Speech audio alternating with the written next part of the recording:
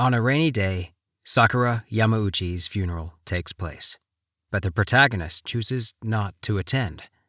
Instead, he sits alone, staring at the last text message she sent him. Memories flood back to him of the day they meet in the library. Sakura mistakenly places a historical novel on the wrong shelf, and he gently corrects her, explaining the library's classification system. She complains about the complexity of the codes. She tells him that she saw on TV that if someone is suffering from a liver illness, they should eat liver to be cured, and if they have a stomach disease, they should eat stomach. He teases her about discovering her inner cannibal. She smiles, then pushes him against the wall and jokes that she wants to eat his pancreas. It all starts in April. Haruki is absent from school, having to have stitches from his appendectomy removed. While children run around the hospital, they knock a journal off one of the chairs. The protagonist picks it up and discovers it's a diary. Sakura approaches him and informs him that it belongs to her. When his ticket number is called at the hospital counter, he returns it to her and excuses himself. She asks if he read it and explains that she calls it Living with Dying and has been using it as a diary since she learned about her pancreatic disease. He shows little interest in the conversation. With a frown, she continues, explaining that her pancreas has stopped working and that she will die soon. His calm reaction infuriates her and he leaves. As he is walking home, he spots the same girl at the end of the street. When she sees him, she starts waving and expresses how happy she is about the coincidence. He apologizes, insisting that she should stay away from him, and walks away. She starts chasing him. Walking beside him, she tries to start a conversation, but he dismisses her. Before he leaves, she asks him for a favor, to keep her illness a secret, because she has not told anyone else. He agrees and explains that he does not have anyone to tell anyway. When she learns that he does not have friends, she offers to keep hanging out with him for the rest of her life, but he rejects the offer. She waves at him with a smile on her face and then leaves. He assumes that their interaction ends there, but the following week she volunteers for a library assistant position and complains about the job. Curious, he asks if books interest her and why she is spending the remaining time of her life working in a library. She expresses that she does not like books, but does not mind working here, adding that she does not have much else to do. He suggests that she could engage in numerous activities before she dies. She starts pointing out that he likely has things he wants to do before he dies as well. Yet despite knowing he could die tomorrow, he still is not doing them. She informs him that she is making a list of things she wants to do before she dies, and that she will let him come along. They go to eat together. While grilling meat, she confesses that she does not want to be cremated, to which he argues that it is not the right time for such a topic. She offers him to eat her pancreas because in a foreign religion it states that when someone eats you, your soul will live on inside them. He declines.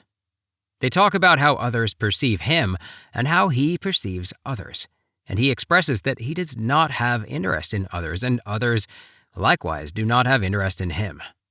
However, she catches him off guard when she argues that she is interested in him.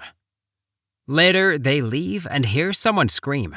A man who ran into an old woman with his bicycle, causing her groceries to scatter all over the floor and urging her to pay for ruining his clothes.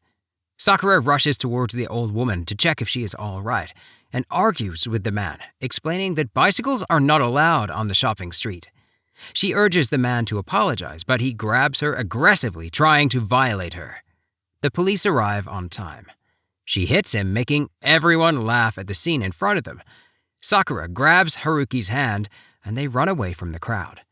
When they finally stop running, they spot a cozy coffee shop and walk inside. At Cafe Spring, she admires the atmosphere and suggests they bring Kyoko here sometime. She asks for his contact info, but he hesitates. She promises it's only until she passes away. At home, he gets a text from Sakura thanking him for hanging out with her. The next day when he goes to school, students are gossiping about him. When Sakura enters the classroom, her friend asks why she is spending time with Haruki when there are plenty of better guys she could talk to. Another boy mentions they saw them together the day before. Haruki explains they just happened to bump into each other. A guy named Takahiro approaches Sakura and gives her a CD from her favorite band, sparking encouragement from the other girls for her to date him instead. Later, at the library, Sakura finds Haruki and excitedly shares a new place she wants to visit, added to her bucket list. He declines, explaining he doesn't want others to mock him and prefers keeping his life private. This upsets her, and she insists he come along, leaving him no choice. They go to a pastry shop called Paradise and eat shortcakes. She asks if he has a girlfriend or likes girls. He admits he doesn't and finds having a friend or two fun, but thinks the fictional world is more enjoyable than reality. She confesses she recently broke up with her boyfriend because, although he's a great friend, they didn't work out as a couple. Sakura's best friend, Kyoko, sees them at the pastry shop and approaches angrily, demanding to know what's going on between them. Sakura insists they're just getting along, but Kyoko leaves upset. They're at the beach. Haruki asks why she does not tell her best friend about her disease. She plays with the water, explaining softly that she does not want to make her friend cry. He walks over to her and asks if she is really dying. She nods and explains that he is the only one she can talk to about it because he makes it feel real and normal, which is why hanging out with him is fun. He asks her if she still wants to have another boyfriend. She teases him about whether he will do something about it if she says yes, which confuses him. Later, they meet at the train station after Sakura insists they go on a trip. After arriving at landfall, they engage in various activities and visit multiple places. At the hotel, the receptionist informs Sakura that there's only one room left, so their only option is to share it. Sakura is overjoyed upon entering the hotel room. It exceeds her expectations due to the hotel's booking mistake compensation. She nervously admits to being uneasy about sharing a bed with Haruki. However, he reassures her that she can have the bed while he sleeps on the couch. She heads to the bathroom for a bath, while he settles on the couch to read. Moments later, she asks him to bring her face wash from her bag. As he looks inside, he gasps. Quickly retrieving the face wash, he takes it to the bathroom. Standing by the door, he is visibly shocked. Later, Haruki watches as the girl stares at the skyline from the window. When she realizes he's standing behind her, she remarks how romantic the view is. She offers him drinks that she had ordered while he was in the bath. He's surprised to find out it's alcohol. Sakura suggests they play truth or dare. When he chooses truth, she demands to know if he happens to like a girl from their class, and who it might be. He responds casually, mentioning the girl who is good at math, which prompts Sakura to ponder over his type of girls. They start to get to know each other through a game. In the last 2 rounds, she gives him the option to choose between truth, telling her 3 cute things he finds about her, or dare, carrying her to bed. He lifts her up in his arms and walks toward the bed. She stares at him, then smiles. As soon as he places her in bed, she thanks him. When he walks back to the table to finish the last round, she squeals in excitement and rolls in bed in disbelief of what just occurred. She wins the last round as well. As she thinks of what to propose next, he turns off the lights. She asks him if he would like to proceed with a truth or a dare, and he chooses truth. She asks him that if she happens to reveal her fear of death, then what would he do? Her question brings him back to the memory of the medications he saw in her bag. He chooses dare instead, and she dares him to sleep on the same bed as her. The following day, she receives a call from Kyoko, who scolds her for lying to her parents about being with her and demands to know who she's with. They take the train to go home, and when it comes to his stop, she expresses that she loved the trip and that they should do it some other time. He suggests that maybe in winter, which makes her tease him about the fact that he actually had fun. He admits he did, which shocks her, but then brings a smile to her face. A few days pass and Haruki is at his house for the remainder of the break, yet he waits for Sakura to contact him. At the library, Sakura invites him to come to her place after their shift, since nobody is home. She shares with him that despite not being interested in books, there is one in particular that she loves, which is The Little Prince by Saint-Exupéry. She is upset when she learns that he knows about the book, but her joy is all over the place when he informs her that he still has not read it yet. She happily insists that he come with her to her house so that he can borrow the book. At her house, they play video games when she starts asking questions about dating, and then she wants to know if he sees her as a girlfriend. When he expresses that he does not see her that way, she admits that hearing this answer was a relief. He gets up and goes to her bookshelf to pick up the book before leaving, but she shocks him when she suddenly hugs him tightly from behind. She whispers to him that a part of her bucket list is to engage in naughty activities with someone who is not her boyfriend nor she is in love with. She turns him to face her, then leans in close to his face. Before their lips meet, she pulls away and starts laughing and expressing that she was kidding. She angers him. He rushes towards her and pushes her into the bed, getting on top of her and pinning her arms down into the mattress. She asks him to stop, but he doesn't let go, and when he notices her starting to cry, he picks up his bag and rushes out of the house.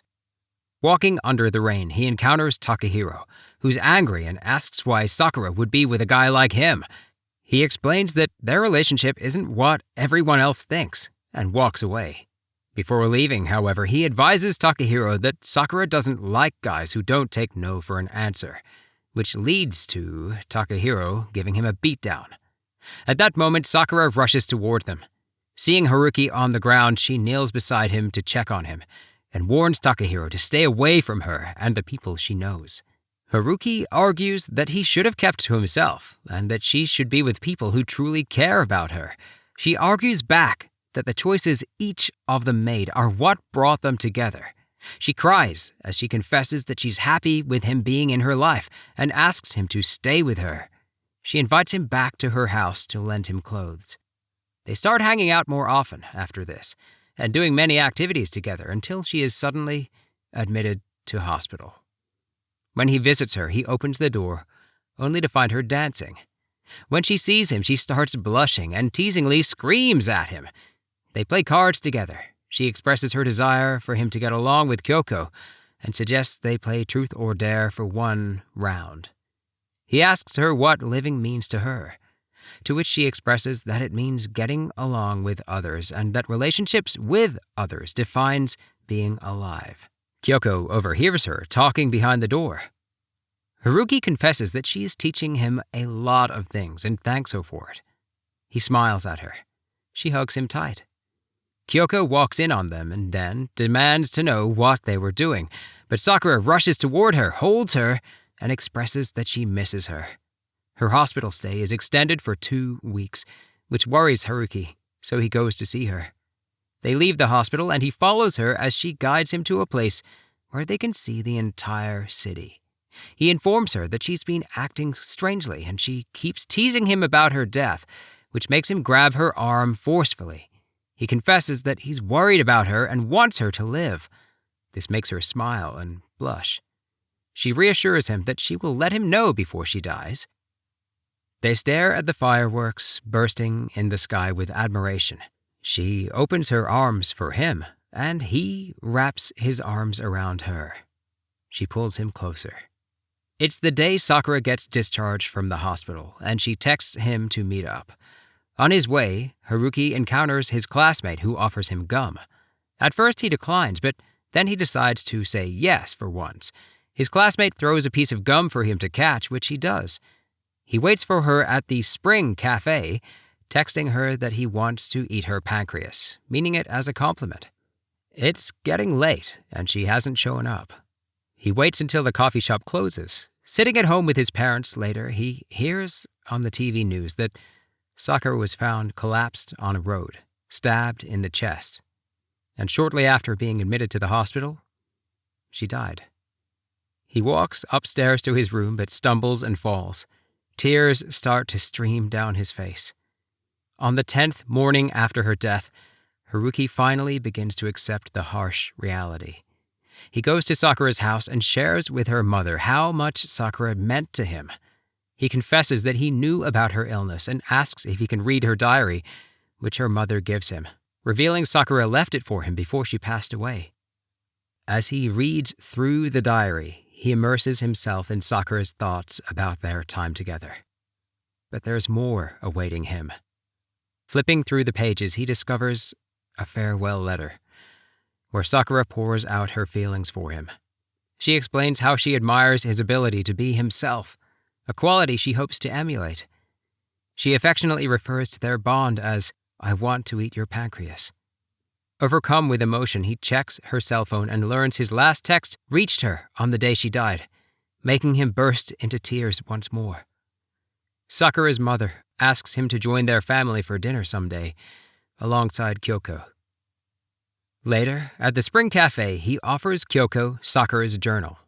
When he confesses the truth about Sakura's illness, Kyoko reacts with disbelief and anger, slapping him across the face. As she reads the journal, tears stream down her face. She confronts him about why he didn't tell her the truth earlier, and declares she'll never forgive him before storming off. Haruki chases after her, expressing his hope that she'll forgive him someday because he wants to be her friend. And that's the end of a movie that will change your life, hopefully for the better. I really hope you enjoyed this recap, guys. If you enjoy our movie recaps, please let us know so we can bring some more amazing content to you just like this. Remember to subscribe, like, and comment below, and we'll talk to you next time. Bye.